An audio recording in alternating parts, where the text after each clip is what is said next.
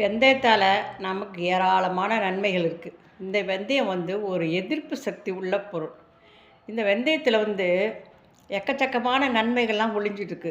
நிறைய சத்துக்கள் நிறைந்த ஒரு பொருள் தான் இந்த வெந்தயம்.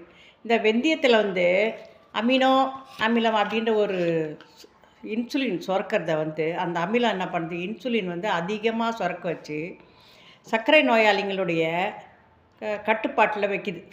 அந்த சர்க்கரையினுடைய ரத்தத்தை அளவை கட்டுப்பாட்டில் வைக்குது. இதனால் சர்க்கரை நோய் உள்ளவங்கலாம் இந்த வெந்தயத்தை கண்டிப்பாக ராத்திரியில் ஊற வச்சுட்டு காலையில் சாப்பிட்லாம். அந்த தண்ணியை குடிக்கலாம். இல்லை வெந்தயத்தையே கொஞ்சம் வாயில் போட்டு சில பேர் தண்ணி ஊற்றிக்குவாங்க, அதுவும் செய்யலாம். வெந்தயத்தை லேசாக வறுத்து பொடி பண்ணிவிட்டு அதை என்ன பண்ணுறீங்க, ஒரு ஸ்பூன் எடுத்து காலையில் போட்டு தண்ணி ஊற்றிங்கன்னா இது இந்த சர்க்கரை நோயாளிகள் உள்ளவங்களுக்கெல்லாம் ரொம்ப சிறப்பான ஒரு தீர்வு, மருந்து. இது ரொம்ப பயன் தரக்கூடியது. இதனுடைய வகைகள் என்ன அப்படின்னா, இந்த வெந்தயம் கொஞ்சம் ஊற வச்சுட்டு ராத்திரியில் இதை நீங்கள் நல்லா மிக்சியில் போட்டு நல்லா அரைச்சிட்டு தலையில் தடவிட்டிங்கன்னா முடி உதிரதை தடுக்கும். பொடுகு பிரச்சனை இருந்தாலும் அது விலகும். இந்த முடி உதிர்றதை தடுக்கிறதுல ஒரு பெரும்பாலான பங்கு வகிக்குது. இந்த வெந்தயத்தை என்ன பண்ணுங்கள், மோரில் போட்டு ஊற வச்சு அதையும் மிக்சியில் போட்டு, இல்லை தயிர் போட்டால் மோர் ஆகிடும், தயிர்லேயே போட்டு மிக்சியில் ஊற வச்சுட்டு மிக்சியில் அரைச்சி நல்லா தலையில் அப்ளை பண்ணின்னு கொஞ்சம் நேரம் ஊற வைங்க. ஊற வச்சுட்டு அதுக்கப்புறம் தேய்ச்சி குளிச்சிட்டிங்கன்னா அந்த பொடுகு போயிடும். உங்களுக்கு அந்த பொடுகு பிரச்சனை உங்களுக்கு இருக்காது. வெந்தயத்தில் மோரில் ஊற வச்சு மோரில் தூள் போட்டு மோரில் போட்டு குடித்தாலும் உங்களுக்கு நோய் எதிர்ப்பு சக்தி, உடம்புக்கு வலுவை கொடுக்கும். எல்லா இதுலேயும் இதில் புரதம், நிக்கோடின் இதெல்லாம் அடங்கியிருக்கிறதுனால இந்த முடி உதிர்வை நல்லா தடுக்குது. அதே போல் பொடுகு பிரச்சனையும் போகுது. செய்து பாருங்கள்.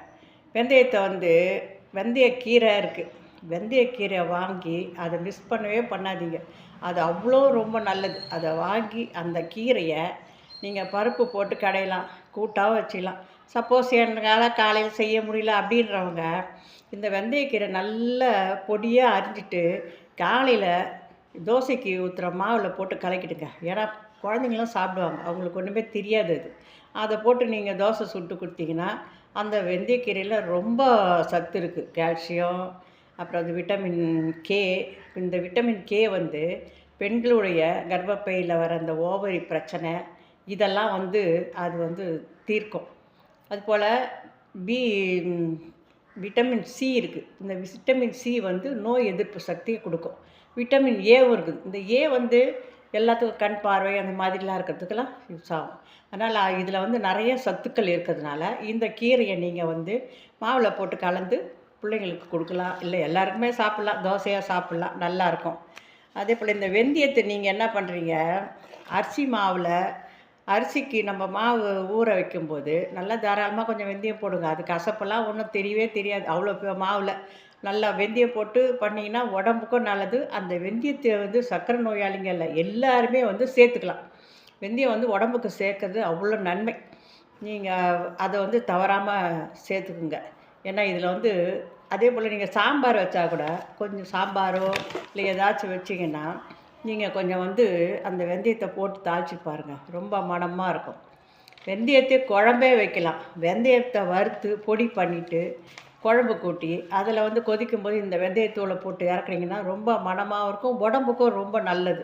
இது மாதிரிலாம் செய்து பாருங்கள். இந்த வெந்தயத்தில் ட்ரைக்ளிசரின், அதாவது கொலஸ்ட்ரால் நம்ம செக் பண்ண போகும்போது ட்ரைக்ளிசரின்ற ஒரு கெட்ட கொழுப்பு இருக்குது. இந்த கொழுப்பு அதிகமாகும். இதை என்ன பண்ணும், இந்த வெந்தயத்தை நம்ம சாப்பிட்றதுனால இந்த கொழுப்பை கரைச்சி இதை நம்ம உடம்பை நல்லபடியாக ஆரோக்கியமாக வச்சுக்கிறதுக்கு இந்த வெந்தயம் உதவுது. இந்த வெந்தயத்தில் ஏராளமான சத்து இருக்குது. இந்த வெந்தயத்தை நீங்கள் என்ன பண்ணி கடையில் வாங்கும்போது நல்லா காஞ்சி தான் இருக்கும். அதை வாங்கி அப்படியே பின்னாடி ஏதாச்சும் ஒரு பக்கெட்டோ ஒரு டப்போ ஏதாச்சும் வேஸ்ட்டாக இருக்கிற இடத்துல கூட அதில் கொஞ்சம் மண்ணை கொட்டிட்டு அது மேலே நீங்கள் தூவிட்டாலே வெந்தயக்கீரை வரும், நல்லா வரும். அது அப்பப்போ எடுத்து கடைச்சிக்கலாம். ஒரு மாதத்துலேயே முளை விட்டுரும், வர ஆரம்பிச்சிடும். இது ரொம்ப நல்லது. செய்து பாருங்கள். நன்றி, வணக்கம்.